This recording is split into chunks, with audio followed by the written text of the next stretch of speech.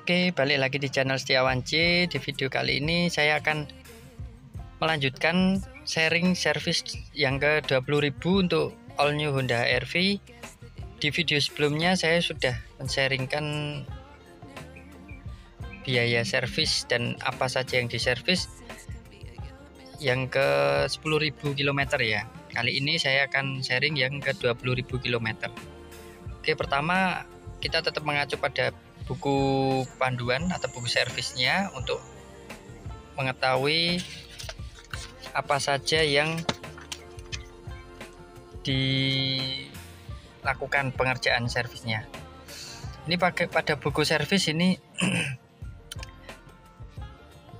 per 10.000 ganti oli ya, pasti itu ganti oli. Yang pertama ini oli mesin diganti, filter oli diganti, saringan udara dibersihkan, radiator coolant dicek, jika berkurang ditambahin, engine cleaner, terus rem depan rem belakang diperiksa, dibersihkan, terus gemuk rem diganti, yaitu yang ada di kaliper rem tersebut. Ini untuk all new Honda HR-V yang non turbo ya. Terus yang ke-8 fluida rem, rem parkir, saringan AC dibersihkan, rotasi ban. Terus ini 12 pintu geser elektrik, mungkin untuk tipe mobil tertentu seperti freight. Terus 13 pengecekan kaki-kaki, 14 pengecekan selang rem, pipa, sistem pembuangan, selang bensin dan lain-lain. Ini saya datang lewat 1000 ya, ini jadi 21.000. Cuman kemarin saya ganti olinya per 5.000. Jadi ya untuk kalau ada kejadian seperti belum sempat ganti oli, jadi masih aman kalau per 5.000 km. Oke, ini dari buku servisnya masih sama. Terus kita lihat dari faktur untuk yang pengerjaannya di showroom. Ini untuk pengerjaannya ya. Ini untuk oli filter oli, maaf, dia sama, dia 41.000, dapat diskon 2.050. Jadi hanya harganya 38.950.000. Terus grease pad ini dia pakai 2 quantity 32.000, diskon 1.600, jadi totalnya 60.800. Terus washer drain baut oli itu pasti diganti 9.000, ada potongan 450 rupiah, jadinya 8.550. Terus untuk olinya Honda Automobil 0W 20SN ya, GF5. Terus itu harganya per liternya 130.000.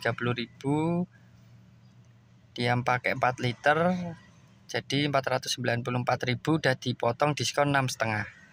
Jadi total biaya intinya itu 602.300. Terus ini ada pekerjaan tambahan, engine dressing, itu pembersihan mesin seperti kayak dibersihkan, dipoles.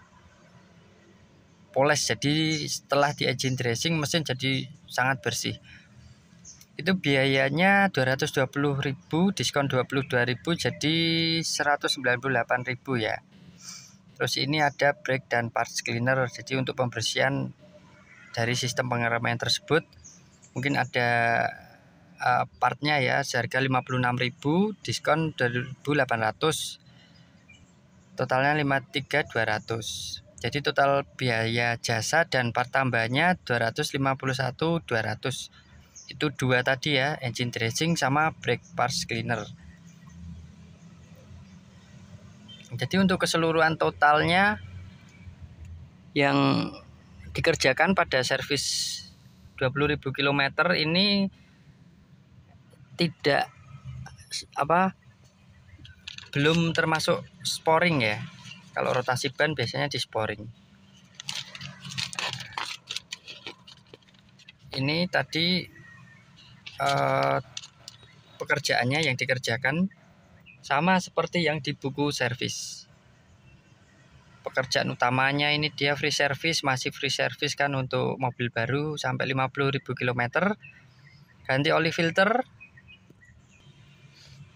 ganti oli mesin, washer drain, terus pemeriksaan boot drive shaft, sistem pembuangan, level dan kondisi fluida rem, gearbox steering dan boot, rem belakang, radiator coolant, rem depan, saringan AC, suspensi, selang rem dan pipa atau ABS, selang bensin dan sambungan-sambungannya, saringan udara, tirot, rotasi ban, dan tambah gemuk rem. Total biaya jasanya 0 ya, karena masih free jasa. Ini mungkin tadi ini totalnya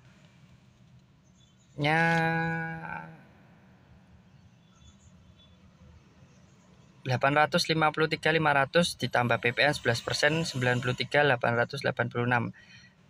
Jadi untuk total servis 20.000 km 947.386.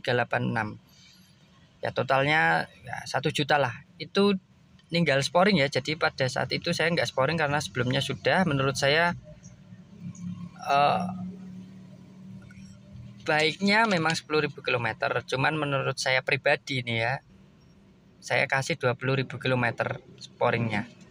Jadi biar nggak terlalu keseringan, karena juga biayanya lumayan 200-an kan. Ini belum biaya lain-lain ini. Mungkin kalau untuk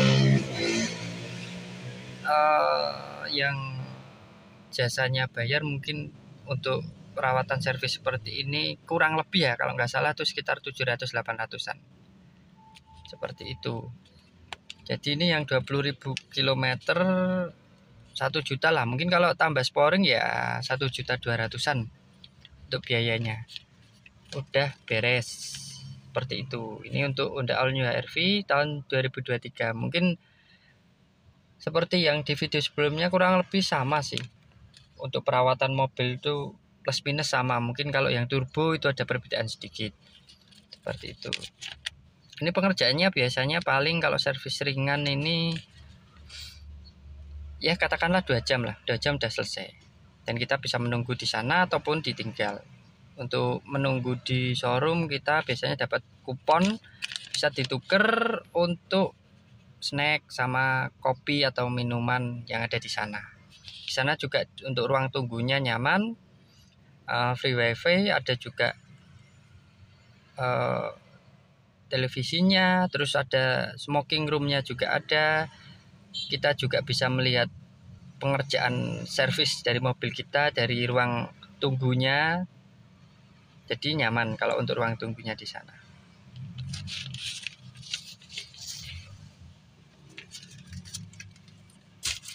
Oke, ini untuk yang 20.000 km ya. Mungkin besok bisa sharing lagi yang ke 30.000 km.